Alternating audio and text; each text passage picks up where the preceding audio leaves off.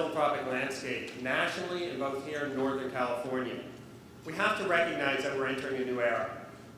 We're seeing fundamental shifts in funding. We're seeing continued economic uncertainty out there.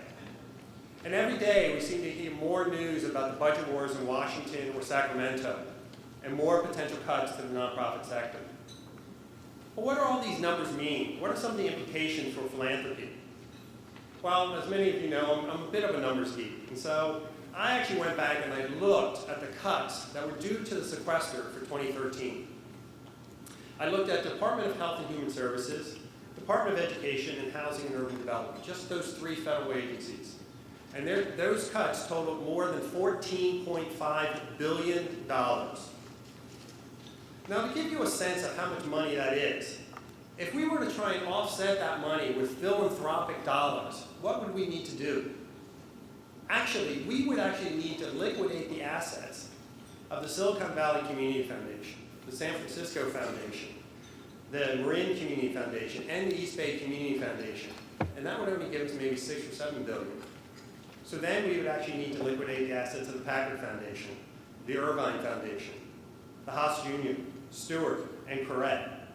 And all of that would only give us the money to offset the cuts from those three federal agencies for 1 year.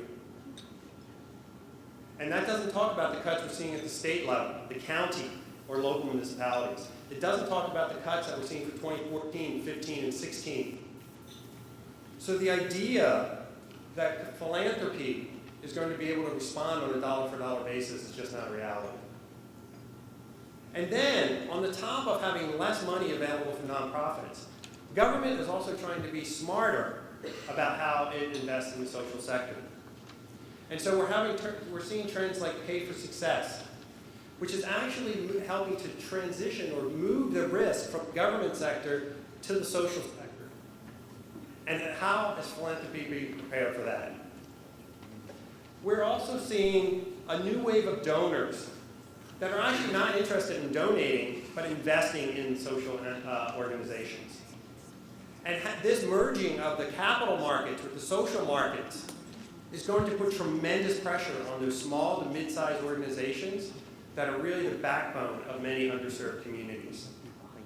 And we're also seeing a huge increase for demand for critical safety net services, but a deteriorating ability of our nonprofits to meet that demand.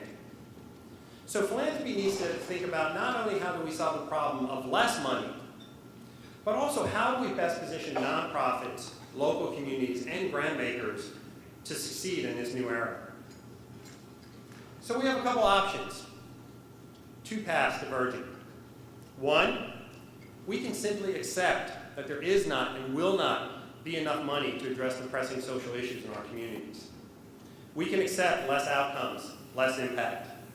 We can accept that disadvantaged and vulnerable children will be denied access to early childhood education services.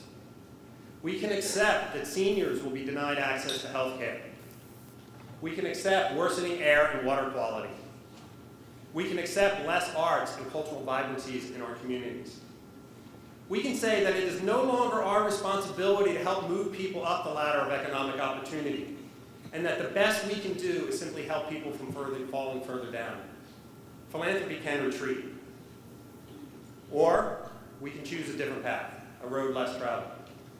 We can think about how to work differently, find ways to work smarter, more effectively, more efficiently.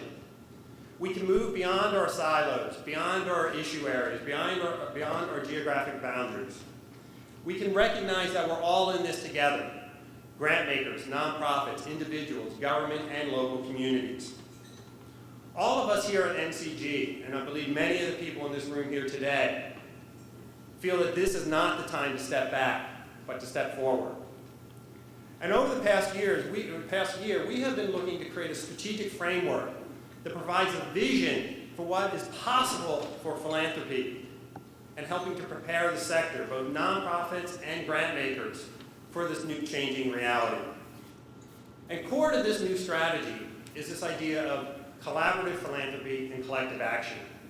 On your tables today, you see the poem, No Man is an Island. And at NCG, you've been hearing this term recently. It says, no issue is an island. And that while individual grant makers may have specific areas they want to focus on to help increase their impact, we all need to recognize that the people we ultimately are serving do not live in those silos. They live in a real world where a number of different multiple issues often overlap and interconnect to create a complex social dynamic. But I believe this provides an opportunity for grant makers.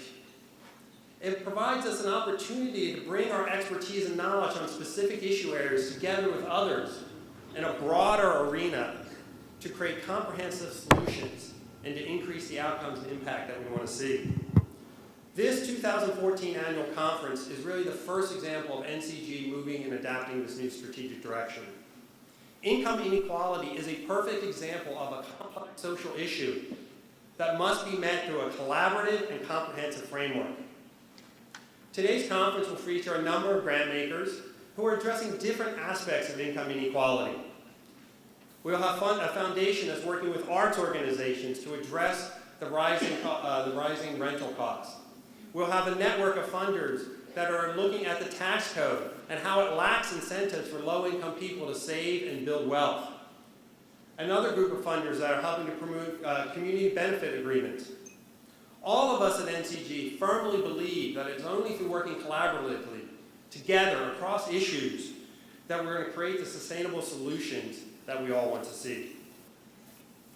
I'm asking you all to join with us so that here today we can draw that line in the sand. Here today we can say we will not retreat. We will not back down. We will not give up hope. Here today, we can start to ensure that all people have access to critical safety net services, that we can start to build vibrant arts and cultural institutions, that we can start to create healthy, sustainable, resilient communities. Here today, we can start to work to creating a thriving society for all. Here today, we can come together as a philanthropic community, and here today can be the